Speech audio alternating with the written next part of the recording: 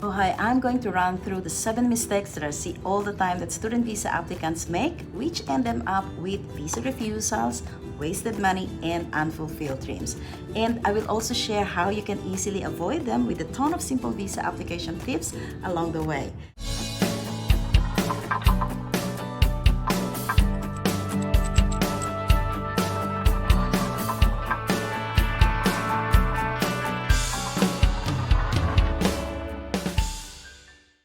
Hey, my name is Teresa Cardona. I'm a lawyer and registered migration agent from Ausback Visa, where we help Filipino professionals, partners, students, families, trainees, and our kababayans to migrate to Australia.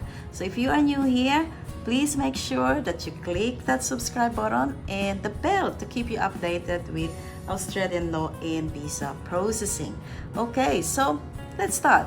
Now, for a student visa applicant to Australia, the application process can be confusing, and it's easy to create mistakes, make bad choices, and wrong decisions that can cost a lot of money and can move a person further away from their Australian dream. Now, sometimes unregistered agents, whom you put your trust to, make the whole process even more painful than it needs be. But while student visa application can be the most daunting aspect of the Australian migration journey, the good news is that with some basic knowledge about Australian migration pathways, including finding the best course that could lead you to a temporary or permanent visa, it can become the best step you would have ever made in your life. So in this video, I will go through the top 7 mistakes that student visa applicants make and how you can avoid them. Okay, so let's start with mistake number 1. Now, mistake number 1 is not considering your ultimate career goals or your career outcome at the time you're thinking of coming to Australia. So when you are planning to come to Australia on a student visa, you want to make sure that you're asking yourself, am I definitely going to be happy with the course that I'm getting? Now, is this course going to give me a job that I would want to do for the rest of my life, or even for the next 5 years, 10 years, or 20 years? And is the course that I'm getting going to upgrade my skills and qualifications so that I can be competitive not only in Australia, but also in other countries? And most important question is the course going to make me eligible to further my stay in Australia? So when you're thinking of studying in Australia, you've got to be mindful of what you are actually getting and where the career outcome will lead you to a job that will make you more confident and to a job that is in demand and included in the occupation list for temporary residency and even for permanent visa. Now, the Department of Home Affairs has a list of occupations that Australia needs. Now, those lists are good indications of the type of jobs that are required in Australia. So if your ultimate goal is to permanently live and work in Australia, you might want to align your course to any of the occupations on the list. So I'm posting the link of the occupation list in the description. Now, processing all this in your mind or much better on paper before doing anything else can save you from a lot of stress, anxiety, time, and money. Okay, mistake number 2 is jumping straight to easy, cheap, and no English requirement courses. Now, it makes me sad when I hear an international student with qualification and a stable job in their home country came to Australia because they were advised and told that it's easier if they come to Australia on a student visa, even if they are qualified for a skilled visa. Now, downgrading your qualification to easy, cheap, and no English requirement courses will not improve your prospect for migration to Australia, but it will only halt the work experience you have already gained in your home country. So if you really need to open up your migration opportunities, the best thing to do is to upgrade your qualification. Do not downgrade. Get a bachelor degree or master by research program in science, engineering, technology, and mathematics. Now, the bachelor programs on medical courses like health services, law, and social sciences can also lead to occupations that are in demand. Now, the other promising courses are in the areas of teaching, nursing, social work, and trade courses. Now, unless you are passionate about the course and have other plans, like for example, doing a bridging program or doing a practicum for occupational therapy or completing some sort of registration process or something else, now the vocational program like individual support, leadership management, business management, information systems are simply a waste of time and money. I know there is no right or wrong course if you decided based on your ultimate career goal, but courses that have no temporary or permanent visa pathways, although cheap and have lower admission requirements, can be stressful when you get to Australia and found out that your study has no future visa. Now, picking the ineligible course will slow you down in achieving your Australian dream. So, if you're not sure whether your course has a pathway, I strongly recommend that you go and consult with a registered migration agent or a lawyer. Now, in regards to the no English requirement, remember that when it's time for you to apply for any skilled visa, English is a requirement. So if you come without English and continue to believe that it's not necessary, I'm telling you now, IELTS or any other type of acceptable English test, at least in the competent level, is required. There is no escape to the English requirement. Okay, mistake number 3 is not having a migration plan in place. Now, if you're willing to invest thousands of dollars in a course that you are not even sure to give you a TR or a PR, invest a couple of $100s to get professional advice to draft a migration plan for you so you know exactly what you are getting into. Now, regarding migration and professional services in Australia, you got to bear in mind that education agents give advice on college admissions and courses that you can enroll in Australia. Now, migration agents and lawyers give advice on your student visa application and can show you the likelihood of successful prospect of migrating to Australia.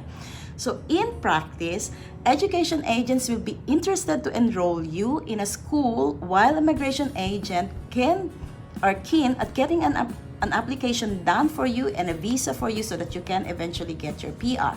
So if you only want to study in Australia, you may go to an education agent. But if you're looking at coming to Australia with an ultimate goal of improving your migration status and avoid visa issue, consider going to a registered migration agent or a lawyer. So if you have noticed, I always say registered because in Australia, it is illegal to give Australian migration advice unless a person is registered with the Office of Migration Agent Regulation Authority or OMARA. And that is to say that if you deal with someone who is not registered with OMARA, it is as if you're dealing with a fixer. You will not be protected and the advice may not be correct and updated. So, if you're dealing with someone, do not be intimidated. Ask for the name and then check it out. Check it in the register or list of migration agents. There are plenty of migration agents around that you can easily contact via phone or email or face-to-face. Now, I posted the link of a list of registered migration agents in the description below. So you can look it up and you can look me up because I'm registered since 2006. Now, at the end of the day, this is about you and your money. So make sure that you're dealing with a professional, qualified, and registered agent. Okay? So following from the third mistake is the mistake of forming expectations about Australia without conducting your own research. And that's mistake number 4. Now, a lot of you are probably interested in Australia because you've seen your neighbors, your former classmates, friends, and relatives are doing very well in Australia. But I can't blame you. They're earning dollars and can sport new cars, new shoes, and all the new gadgets on Facebook and Instagram.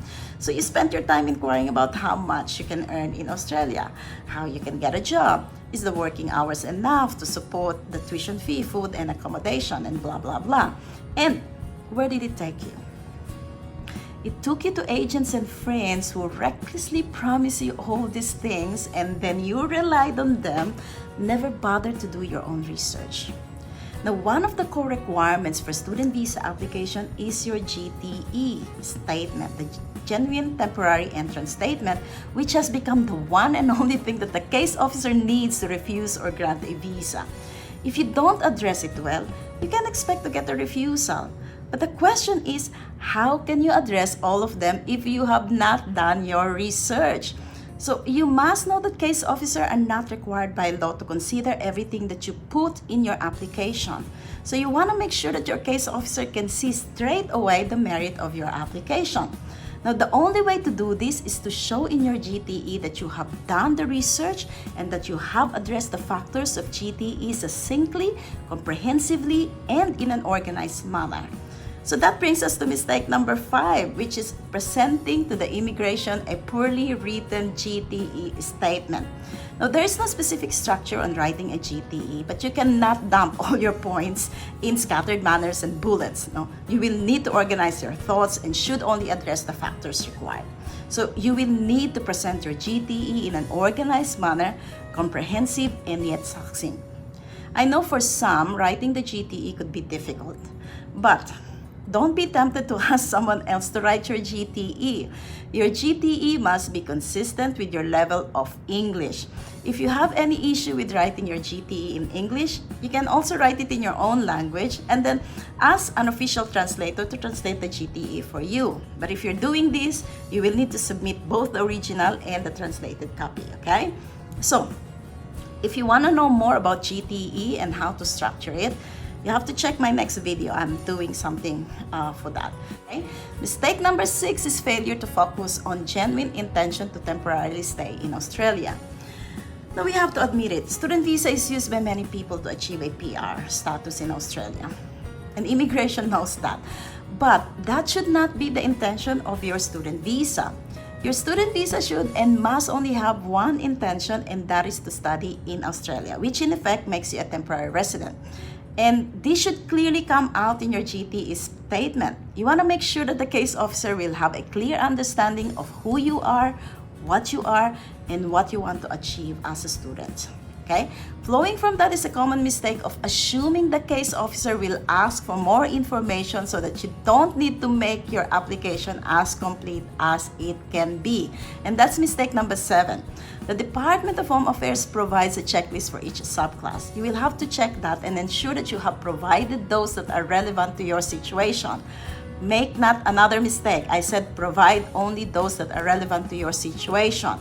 You must weed out your information that does not support any of your declaration in your application and in your GTE, because they will just be nuisance and will only annoy the case officer. So before you put something in your application, ask yourself, what is the document for? Does this piece of document support my one and only intention to come to Australia? If you don't know what is relevant to you and your application, you gotta go and get a professional help, okay? So those are the top 7 mistakes that we see student visa applicants are making, and obviously I provided some tips along the way. So I think that will help you a little bit. So that's all for now. So do not forget to click the subscribe button, and you can also follow us on Facebook so you can see our visa grants and successful appeals. Now, as I've said, I am making a video on GTE and how you can structure it. So that probably be next week. But for now, good luck and you have a good day, and see you next week. Bye.